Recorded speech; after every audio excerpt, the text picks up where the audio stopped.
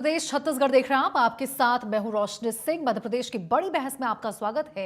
आज देखिए हम बात करेंगे सरकार की उस योजना को लेकर जिसमें गरीबों को और जो भी जरूरतमंद है उनको यहां पर सहायता देने की बात कही गई है। आपको बता दें मध्य प्रदेश की बड़ी बहस में यहां पर मध्य प्रदेश में गरीब मजदूर और असंगठित क्षेत्र से जुड़े परिवारों की जिंदगी में सबसे बड़ी चुनौती सिर्फ देखिए रोजी रोटी कमाने की नहीं होती है, बल्कि किसी अचानक आने वाले संकट से निपटना भी होता है। जिस परिवार के पास न पीएफ है, न पेंशन है, न बड़ी बचत है और न ही किसी स्थायी नौकरी की सुरक्षा है, अगर सोचिए उस परिवार के कमाने वाले सदस्य के साथ कोई दुर्घटना हो जाए, उसकी मृत्यु हो जाए या फिर वो काम करने में असमर्थ हो जाए तो पूरा परिवार आर्थिक संकट में आ सकता है। और ऐसे ही देखिए परिवारों के लिए मध्य प्रदेश सरकार की मुख्यमंत्री जन कल्याण संबल योजना 2.0 को एक बड़े सामाजिक सुरक्षा कवच के रूप में देखा जा रहा। सरकार का दावा है कि यह योजना केवल आर्थिक सहायता देने की व्यवस्था नहीं है, बल्कि असंगठित श्रमिकों और गरीब परिवारों को संकट के समय पर सहारा देने का एक प्रयास है। योजना के तहत तमाम जो भी पात्र हितग्राही होंगे उनकी दुर्घटना में मृत्यु होने पर 4 लाख रुपए, सामान्य यदि मृत्यु होती है तो 2 लाख रुपए, स्थायी अपंगता पर 2 लाख रुपए और आंशिक स्थायी अपंगता पर 1 लाख रुपए की सहायता का प्रावधान है। इसके अलावा अंत्येष्टि सहायता भी दी जाती है। सरकार की सबसे बड़ी दलील यही है कि जिस परिवार की आर्थिक स्थिति पहले से कमजोर है उसके लिए संकट के समय मिलने वाली ये सहायता महज एक रकम नहीं बल्कि नई शुरुआत का सहारा हो सकती है। किसी परिवार के लिए ये बच्चों की पढ़ाई बचाने का माध्यम बन सकती है, किसी के लिए कर्ज चुकाने का सहारा और किसी के लिए घर का चूल्हा जलाने रखने की उम्मीद है। अब देखिए मध्य प्रदेश में बड़ी संख्या में लोग निर्माण कार्य, दैनिक मजदूरी और दूसरे असंगठित क्षेत्रों में काम करते हैं। इनमें से कई लोगों के पास पारंपरिक सामाजिक सुरक्षा की सुविधाएं नहीं है। ऐसे में सरकार संबल योजना 2.0 को उस वर्ग तक सुरक्षा पहुंचाने की कोशिश के रूप में पेश कर रही है। तो देखिए सवाल यही है कि मुख्यमंत्री संबल योजना 2.0 सिर्फ एक सरकारी योजना है या फिर उस गरीब परिवार के लिए उम्मीद का सहारा जिसके पास संकट के समय खड़े होने वाला कोई और नहीं है। इसी पर देखिए आज हम बड़ी बहस करेंगे। हमारे साथ कुछ खास मेहमान जुड़ेंगे। बीजेपी प्रवक्ता शाहबार आलम जी हमारे साथ जुड़ेंगे, यशवंत सिंह चंदेल कांग्रेस नेता हमारे साथ जुड़ेंगे और वरिष्ठ पत्रकार रमेश शर्मा जी हमारे साथ जुड़ेंगे। इन तीनों ही विशेषज्ञों से हम देखिए बातचीत करते हुए नेताओं से नजर आएंगे।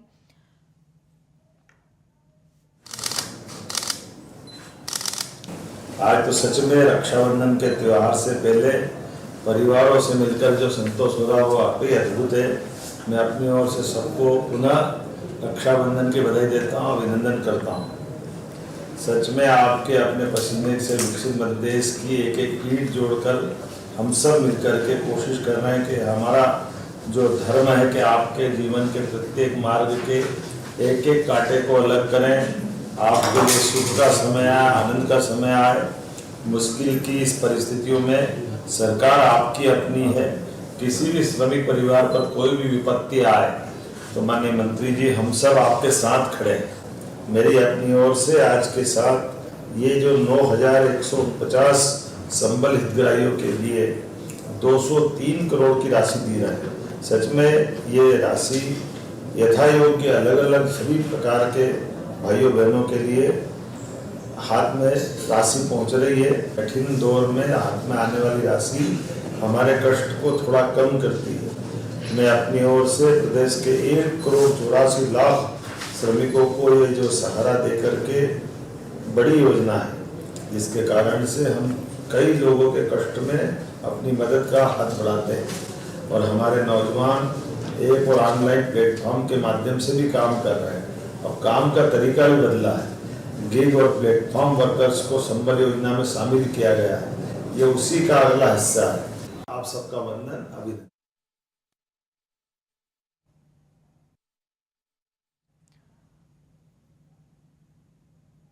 तो देखिए आप सुन रहे थे यहाँ पे सीएम को उनकी ओर से साफ तौर पर कहा गया कि मुश्किल घड़ी में आर्थिक मदद मिलेगी इस योजना के तहत। और हमारे साथ तीनों मेहमान जुड़ चुके हैं। बीजेपी प्रवक्ता शाहबार आलम जी हमारे साथ जुड़े हुए हैं, यशवंत सिंह चंदेल कांग्रेस नेता हमारे साथ जुड़े हुए हैं, रमेश शर्मा जी वरिष्ठ पत्रकार हमारे साथ जुड़े हुए हैं। आप तीनों का बहुत बहुत स्वागत है। शाहबार जी, यशवंत जी, रमेश जी, इस बड़ी बहस में हमारे साथ जुड़ने के लिए।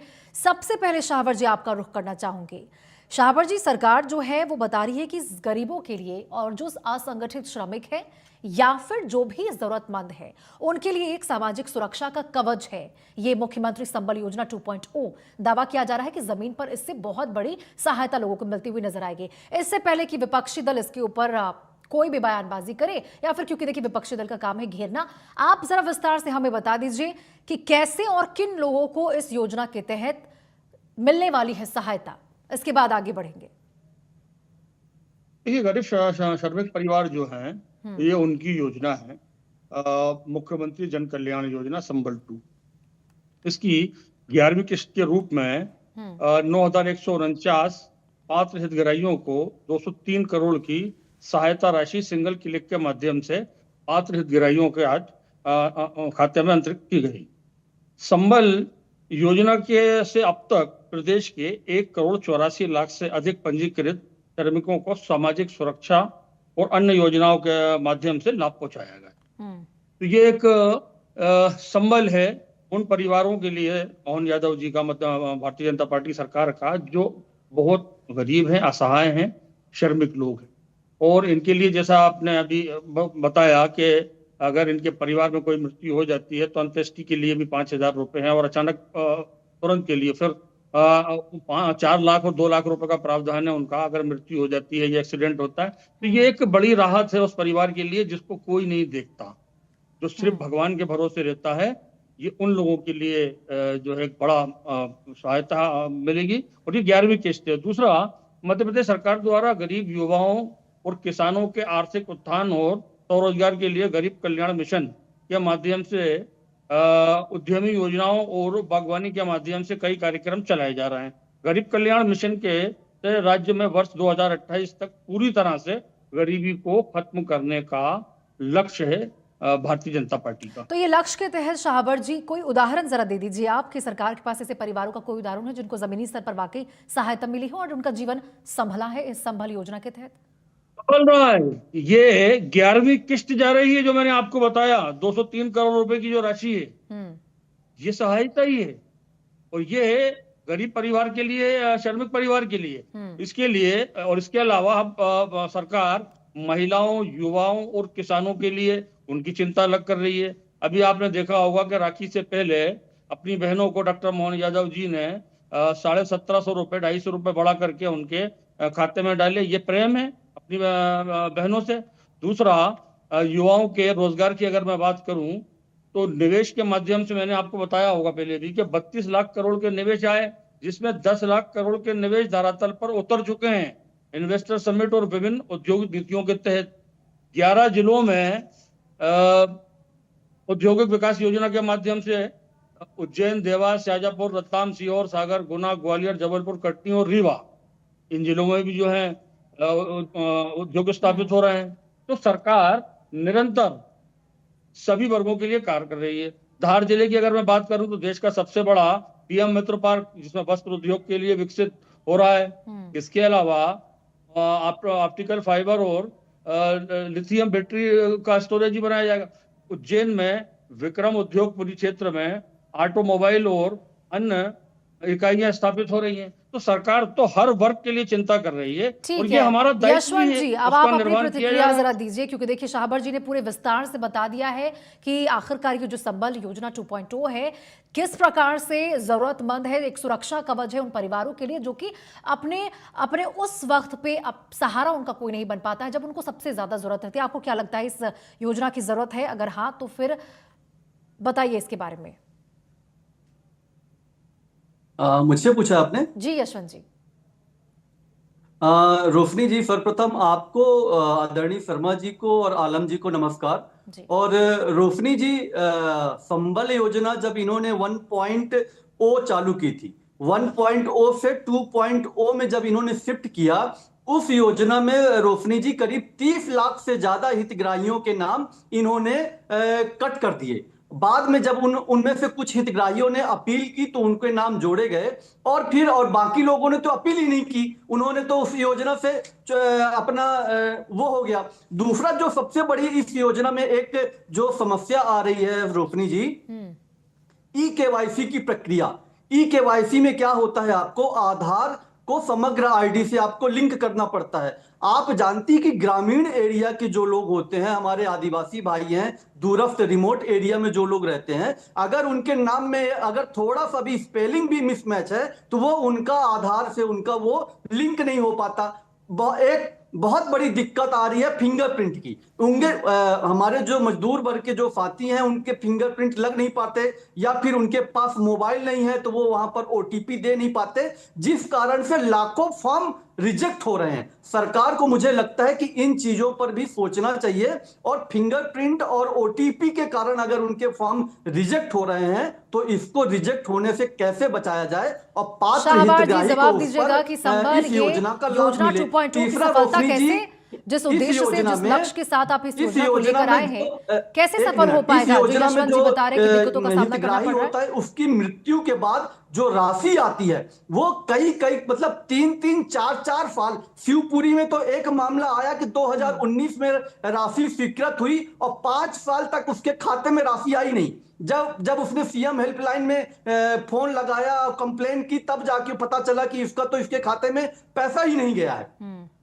तो इस तरह की जो समस्या, क्योंकि भाई इसकी एक समय सीमा फिक्स होनी चाहिए कि भाई 1 महीने के अंदर आपके खाते में राशि पहुंच जाएगी। वो चीजें हो नहीं रही हैं। जो हितग्राही होता है वो लगातार नगर पालिका, नगर निगम या ग्राम पंचायत में जाकर वो चक्कर लगाता रहता है, और चक्कर लगाने के कारण वो लगातार कई बार परेशान होकर, बेबस होकर वो बैठ जाता है। तो इस पर सरकार को इस पर सोचना चाहिए, एक समय बाउंड करना चाहिए कि इस बाउंड पे आपको ये राशि क्योंकि जब किसी भी कमाने वाले आदमी की मृत्यु हो जाती है तो सबसे ज्यादा परिवार को उस समय पे पैसे की जरूरत होती है। अगर ये राशि उस टाइम पे मिल जाए तो ये उनके बच्चों के लिए, उनके परिवार के लिए, सबके लिए एक ये उपयोगी यानी कि हो यशवंत सकती जी है। आपको लगता है तीसरी कि चीज पहल ये है शुरुआत सही कि की गिग गई है। वर्कर्स, यशवंत आज जी हम गिग ये शुरुआत अच्छी की गई है सरकार की ओर से, लेकिन ये कुछ कुछ चीजें हैं जिसको यदि आप ठीक नहीं करते हैं समय रहते तो इस योजना का कोई लाभ लोगों तक सही तरीके से नहीं पहुंच मैं इसमें पाएगा। जवाब दे दूं क्या? जी बताइए, बोलिए शाहबाज जी। देखिए, अभी हमारे कांग्रेस के प्रवक्ता साथी ने एक उदाहरण शिवपुरी का बताया है और एक आध कहीं और का। देखिए, सरकार को चिंता है तभी तो ये योजनाएं लागू हैं, और आप बात कर रहे हैं कि घुमा फिरा के 1 और 2 की। 2018 में भी योजना चालू हुई थी, उसके बाद में 2022 में चालू की है। चिंता तो बराबर कर रहे हैं ना। आपके समय में कुछ हुआ होता तो आप अभी कहीं और होते ना। तो अगर आपने कहीं बताया है कि शिवपुरी में कोई एक घटना हुई थी, उसका संज्ञान नहीं है, और यदि उसकी समस्या हल भी हुई तो सीएम हेल्पलाइन से हुई, तो यानी सरकार रोशनी की जी, मैं योजनाओं जवाब से दूं क्या ये है ना इसको? कि आप गए थे, आप लेके गए थे क्या उसे? जवाब सीएम दूं इस पे, हेल्पलाइन से और उसकी ये बार समस्या बार का मैं रिपीट कर रहा हूं, समाधान हो गया। मेरा और जवाब ले भैया, लीजिए आप इस पे। सरकार की योजनाओं का समर्थन नहीं करते, स्वागत भी नहीं करते, विरोध तो नहीं करिए। वो किसके लिए विरोध कर रहे हैं आप? उन गरीब श्रमिकों के लिए जो ईश्वर के भरोसे रहते हैं, सरकार के भरोसे नहीं रहते, और सरकार उनकी चिंता कर रही है। कम से कम इसमें तो नेतागिरी नहीं करिए। मेरी प्रार्थना है आपसे, निवेदन है। नहीं, विरोध तो यशवंत जी नहीं कर रहे हैं। उनका तो कहना है शाहबाज जी कि कुछ खामियां हैं। अगर आप टाइम पर इस चीज को सेट नहीं करते तो आपका लक्ष्य पूरा नहीं होगा जिस उद्देश्य के खामियां साथ तो आपने ये ये योजना लाई है। हर योजना में गिना देंगे, एक चीज है हर उस योजना में खामियां गिना देंगे जो जनता के हित में है। इनके पास खामियां के अलावा वाकई कुछ अगर है ही नहीं खामियां ना। शाहबाज जी होगी तो विपक्ष का काम है शाहबाज जी। यदि कोई वाकई हाँ, यहाँ अगर पे विपक्ष खामियां का है काम तो होता उसको उजागर है करना तो जरूरी सरकार होगा को ना। आईना दिखाने का। आप तो आरोप लगाते हैं, वो भी झूठे, असत्य आरोप। रोफरी जी, चलिए ठीक है, इनसे रमेश जी पूछिएगा हमारे साथ क्या जुड़े हुए हैं। एक बार उन्हीं से भुगतान में जान देरी लेते हैं नहीं हो कि रही है ये क्या? रमेश जी आवाज, मैं एक मिनट यशवंत जी, पर्सनली इस चीज में, एक मिनट रोफरी यशवंत जी आपके पास मैं आऊंगी। नजर रमेश जी भी हमारे साथ जुड़े हुए हैं। रमेश जी का रुख करते हैं। यशवंत जी, शाहबाज जी, एक मिनट सर, एक मिनट रुकिए। रमेश शर्मा जी हमारे साथ जुड़े हुए वरिष्ठ पत्रकार हैं। रमेश जी, आप ही बताइए, संबल योजना 2.0 जो लाया गया है, एक और कारण है आदरणीय यशवंत जी, शाहबाज जी, एक रोफरी मिनट जी, रुकिए, एक मिनट रुकिए। रमेश शर्मा जी भी एक सूची दे जुड़े हुए दीजिए, हमारे अभी साथ, उपलब्ध करा एक बार दीजिए। उनसे भी स्टेटमेंट ले लेते हैं। कितने रमेश लोग जी रह गए बताइए हैं? जरा, ये जो संबल ये योजना जो लाई गई है, आपको क्या लगता है? क्योंकि देखिए, आप वरिष्ठ पत्रकार हैं, आप इसके नेगेटिव चीज पॉजिटिव, मतलब पूरी तरह से आप इसके निष्पक्ष तरीके से इसका आकलन करते हुए नजर आएंगे। आप ही बताइए जरा, किस प्रकार से लोगों के लिए फायदेमंद होता हुआ नजर आएगा? विपक्ष और पक्ष तो अपनी बातें रखेंगे ही। देखिए, स्वाभाविक रूप से इसमें कोई शक नहीं, यह योजना बहुत अच्छी है। जी। सरकार का निर्णय ये इसमें अच्छा है और नीति भी बहुत अच्छी है। स्वाभाविक रूप से जैसा कि इस योजना का नाम संबल, ने एक प्रकार से सहारा, किस व्यक्ति को सहारा जो असहाय है, कहीं ना कहीं लड़खड़ा रहा है, कंपन हो जिसको हो रहा है। और इसमें विशेषकर बाय द वे वो श्रमिक वर्ग जो कहीं ना कहीं काम करते हुए थोड़ा सा विकलांग हो जाए, आंख में चोट लग जाए, शरीर में चोट लग जाए, ऐसे श्रमिकों को जिस तरह से जब सहायता मिलती है, मृत्यु की तो आया ही है एक्सीडेंट में, और मान लीजिए कोई अगर मर गया है तो उसके परिवार को, तो कुल मिलाकर के सैद्धांतिक रूप से ये योजना बहुत अच्छी है, सरकार ये काम कर रही है। लेकिन फिर भी इसमें थोड़ी बहुत जो व्यवहारिक कठिनाइयां हो सकती हैं, सरकार को थोड़ा प्रशासन तंत्र को एक सख्त करना पड़ेगा।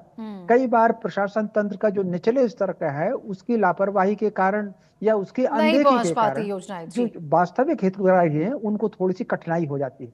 तो स्वाभाविक रूप से इतनी बड़ी योजना में ये बात सही है कि 2-4 लोग कुपात्र भी इसमें आ गए होंगे, 2-4 लोग सुपात्र टूट गए होंगे। जब हम घर में भी छोटा सा काम करते हैं, शादी विवाह, बच्चे का जन्मदिन मनाते हैं, तो कुछ ना कुछ कमियां उसमें भी रह जाती हैं। स्वाभाविक रूप से फील्ड में जो अगर थोड़ी बहुत कमियां रह गए हैं तो सरकार को बिल्कुल, ये बात बिल्कुल सही है कि एक समय सुनिश्चित किया जाना चाहिए, बीच में ये राशि चली ही जाएगी। समझता हूँ इसके लिए राजनीति से अलग हट करके जो दोनों दलों के, भाजपा के, कांग्रेस के जो निचले स्तर के कार्यकर्ता हैं, वो कहीं ना कहीं मैदान में इसको कोऑर्डिनेट कर सकते हैं कि कौन हितग्राही छूट रहा है, किसको राशि में विलंब आ रहा है। वो चक्कर लगाए ना लगाए, नगर पालिका के चक्कर लगाए, कलेक्ट्रेट के चक्कर लगाए, वो छोड़ दीजिए उसको। कहीं ना कहीं शर्मा जी, निचले स्तर पर ये जो कार्यकर्ता है वो सक्रिय हो, जो हितग्राही को उसका वास्तविक लाभ मिले। योजना बहुत अच्छी है, लेकिन कई बार जो एक आध दो उदाहरण ऐसे नकारात्मक मिलते हैं, उसके कारण पर इतनी बड़ी योजना पर, इतनी बड़ी राशि पर जो प्रश्न चिन्ह लगता है, वो पूरी तरीके से उसको करना चाहिए। सरकार की ये योजना वाकई में फिर से कहूंगा ये बहुत अच्छी बिल्कुल है। शावर जी, तो जो देखिए असहाय शावर व्यक्ति जी, है, जो रमेश जी की निरीह ओर से भी व्यक्ति है, साफ तौर पर यही उसके कहना है कि लिए आपकी बहुत योजना, अच्छी योजना है ये जी। पहल बहुत ही शानदार है। बात सिर्फ इतनी सी है कि केवल योजना बनाने से नहीं होता है, आप क्रियान्वयन, उसको एग्जीक्यूट कितने बड़े पैमाने पर कर पा रहे हैं। क्या वाकई सभी क्षेत्र में सभी लोगों को जिसके लिए आपने ये संबल योजना बनाई है उसको जमीनी स्तर पर वो मिल रहा है जरूरत या फिर नहीं, समय रहते ये सुनिश्चित किस प्रकार से सरकार की ओर से की जा रही है, इसके बारे में बताइए। मैंने आपको आंकड़े प्रस्तुत किए हैं जी। ये 11वीं किस्त है। 203 करोड़ रुपया जो है राशि, 203 करोड़ की जो सहायता राशि है, वो सिंगल क्लिक के माध्यम से हितग्राही के खाते में अंतरित की गई। ये सत्य है। इसके अलावा जैसे शर्मा जी बता रहे थे कि इसकी मॉनिटरिंग होनी चाहिए, जो लोग छूट गए हैं, तो शर्मा जी को मैं बता दूं कि भारतीय जनता पार्टी का जो बूथ का कार्यकर्ता है और हमारा जो पन्ना प्रभारी है, उसके दो ही तो काम है सिर्फ, कि वो सरकार की जन कल्याणकारी योजनाओं का जो हितग्राही है हमारे, उनकी सूची तैयार करेगा और जिन वर्ग को, जिन व्यक्तियों को सरकार की योजनाओं का लाभ नहीं मिल रहा उसकी सूची भी बनाएगा। तो कार्यकर्ता जो हमारा है, एक्चुअल में जो काम विपक्ष को कभी करना चाहिए वो हम लोग ही करते हैं। वो देखते हैं हम जाकर के जमीन पर, जो हमारा कार्यकर्ता है, कि कौन व्यक्ति ऐसा रह गया है जो सरकार की योजना से लाभ नहीं ले पा रहा, तो हम वो सूची में नाम जुड़वाते हैं सरकार से, मंत्रियों से। तो एक वो काम चल रहा है। तो ये तो एक गरीब परिवार के लिए की योजना है। इसमें अगर कहीं कोई गड़बड़ होती भी है या कोई शिकायत आती है, तो सरकार आपके द्वार हर शुक्रवार आ रही है, जिसमें कलेक्टर बैठ रहे हैं, सभी समस्त अधिकारी हैं। तो वहां भी जो अगर वंचित रह गए हैं श्रमिक या गरीब परिवार के लोग, तो वहां आवेदन दे सकते हैं, वहां तत्काल कार्रवाई हो रही है। तो ये रहा श्रमिक परिवारों का। उसके अलावा मैंने जिस तरह बताया कि उद्योग के लिए, उद्योगों के माध्यम से हम युवाओं को रोजगार देना चाहते हैं और रोजगार युवा दें दूसरों को, वो योजना पर भी काम चल रहा है। तो सभी तरह के काम, चाहे महिला हो, बिल्कुल युवा शाबाश हो, जी, क्योंकि किसान देखिए हो, अक्सर यही सबकी होता है चिंता प्रशासन सरकार की को ओर है, से, क्योंकि भारतीय जनता बेहतरीन पार्टी पहल भारत की किया जनता जाता की है, पार्टी है। तो योजनाएं जनता की बनाई चिंता जाती सरकार हैं। करती है, हम लोग करते हैं, हाँ। कर रहे हैं। और अगर कहीं कोई सुझाव आते हैं तो सुझाव आमंत्रित हैं, बिल्कुल स्वीकारे जाएंगे। बिल्कुल शाबाश जी, यही बात है। योजनाएं देखिए बनाई जाती है, लेकिन अक्सर देखने को मिलता है ना कि जमीनी स्तर पर जिनका काम होता है, आपने बना दिया है यहाँ पर योजना, बेहतरीन पहल की गई है, लेकिन नीचे जो आपके तबके के लोग हैं ना, अधिकारी हैं संबंधित, जिनका काम होता है आप ये सुनिश्चित कीजिए कि योजना का लाभ लोगों को मिल रहा है या नहीं, उनके द्वारा कहीं ना कहीं लापरवाही बरत दी जाती है। इनके खिलाफ कोई एक्शन को लेकर, इनके खिलाफ शाबाश जी एक्शन को लेकर कोई तैयारी जनधन है योजना क्या? के माध्यम से खाते हर व्यक्ति के हैं। हाँ। शुरू में प्रधानमंत्री जी ने सबसे पहला काम जीरो उस पे खाते खुलवाए गए थे, उसका ही तो लाभ मिलता है हमें। कि 1 मिनट में सारे लोगों के खाते में जो हितग्राही हैं उन तक पैसा पहुंच जाता है। अब वो 1 रुपया नहीं रहा जो 15 पैसे आता था राजीव जी के दौर में, अब तो 1 रुपया सीधा 1 रुपये में जाता मेरा है। भी जवाब ले अगर हम लीजिए 1 रोशनी रुपया जी, भेजते हैं बहुत सरकार टाइम दिया है को आपने। तो हाँ जी, पूरा बताइए पूरा यशवंत 1 जी, आप ही रुपया जो बताइए है कि जनता तक जाता आपके है। हिसाब से ये आपको बताना क्या चाह लगता है रहा सबसे बड़ी हूं। मुश्किल ये की है, बात क्या है? ये उसका योजना फायदा से लोगों होता का, है, ठीक है, सिंगल क्लिक समय जिसे का अपन थोड़ा कहते अभाव हैं, है। खातों में सीधा शाहवर पैसा जी, समय का पहुंचना, थोड़ा अभाव है, इसमें रुक जाइए। भ्रष्टाचार नहीं होता। यशवंत जी, आपको क्या लगता है जी। सबसे बड़ी दिक्कत क्या है? मतलब योजना से लोगों का बाहर रह जाना, समय पर उनको लाभ ना मिल पाना, किस चीज को सबसे बड़ी समस्या आप मानते हैं इस योजना में? इस योजना में सैकड़ों लूप होल हैं रोशनी जी। अगर मुझको समय मिले तो मैं 2 घंटे इस पे बोल सकता हूँ, क्योंकि नहीं, 2 मैंने घंटे का समय तो नहीं बहुत है, 2 मिनट क्लोजली का इस जरूर होगा। योजना प्रेसिडेंट को, डिबेट रख लीजिए, अब आपकी और आलम मेरी। जी मुझको 2 मिनट बोलने दीजिएगा। जी।